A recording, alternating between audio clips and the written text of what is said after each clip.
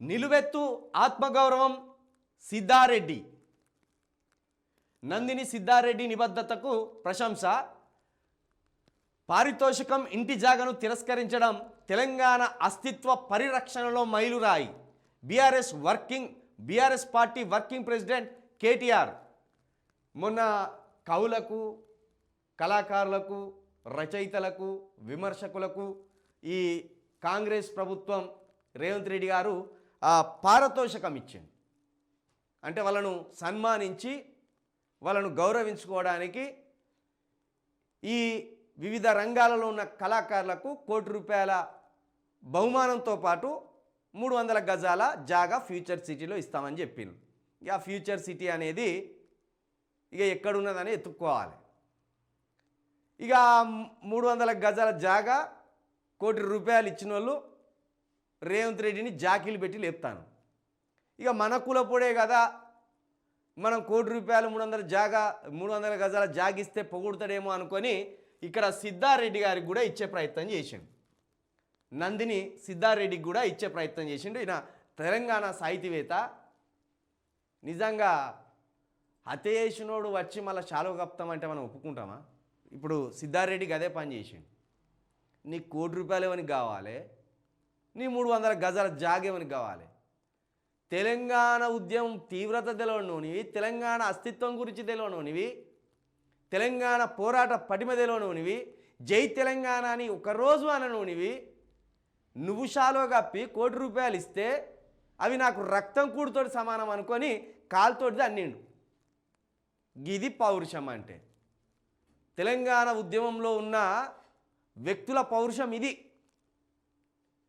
తెలంగాణ అస్తిత్వాన్ని నరనరాన్ని నింపుకున్న బిడ్డల పౌరుషం గీ సిద్ధారెడ్డి లాంటి వాళ్ళది. అంతేగాని సుద్దాల అశోక్ తేజనో, లేకపోతే పాశం యాదగిరినో, లేకపోతే ఇంకా జయరాజో, అందశ్రీనో ఇలాంటి వాళ్ళు కాదు. మరీ చెడిపోయిన్లు ఈ సుద్దాల అశోక్ తేజను, పాశం యాదగిరి గారు దిగజారి మాట్లాడుతున్నారు.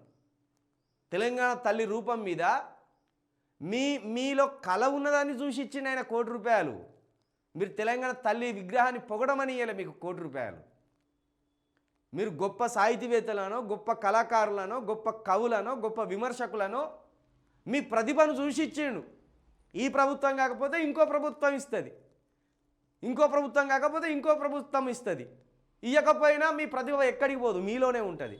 కానీ మరీ ఇంత దిగజారి ఎవడు రూపాయి ఇస్తే వాని బూట్లు పాలిష్ చేసి అంత స్థాయికి దిగజారిపోవడం కళాకారులు, కవులు, విమర్శకులు అనేది దురదృష్టకరం. గద్దర్ గారు చనిపోయిన గద్దర్ గారికి కూడా ₹1,00,00,000 300 గజాల జాగిచ్చింది. ఎందుకు ఇచ్చిండ్రు? గద్దర్ గారు గొప్ప కళాకారుడని, గొప్ప ఒక ప్రజా వాగ్గేయకారుడని ఇచ్చిండు. అంతేగాని రేవంత్ రెడ్డికి జాకీలు పెట్టి లేపుతున్నారని ఇవ్వలే. ఇట్లా బతికితే ఇట్లా బతకాలి, నందిని సిద్ధారెడ్డి లెక్క బతకాలి. అది తెలంగాణ పౌరుషం. తెలంగాణ ద్రోహులు ₹1,00,00,000 ఇచ్చినా తీసుకుంటారు, తెలంగాణ వీరులు తెలంగాణ కోసం పోరాడిన వాళ్ళు ఇచ్చినా తీసుకుంటారా? అంటే వాడిస్తే తీసుకుంటారు, వీడిస్తే తీసుకుంటాడు. అంటే హంతకుడితోటి సోపతి చేస్తారు మీరు, మంచోడితోటి సోపతి చేస్తారు. లంగలతోటి సోపతి చేస్తారు మీరు, మంచులతోటి సోపతి చేస్తారు. ఎవడు పైసలు ఇచ్చినా ఒక తీరుగుంటుందా? నీతికి నిజాయితీకి ఒక పౌరుషం ఉంటుంది, దొంగలకు స్వభావం ఉంటుంది. సిగ్గుపడండి పాశం యాదగిరి గారు, సుద్దాల అశోక్ తేజ గారు, సిగ్గుపడండి. మీరు గొప్ప విమర్శకులుగా, గొప్ప కవులుగా, రచయితలుగా ఉండి ఈరోజు తెలంగాణ తల్లిలో మా అమ్మ కనబడుతుంది, మా చెల్లె కనబడుతుంది, మా అక్క కనబడుతుంది అని చెప్తారు. బోసిపోయినట్టున్నది తెలంగాణ తల్లి. చేయి గుర్తుకు ఓటేయండి అన్నట్టున్నది తెలంగాణ తల్లి.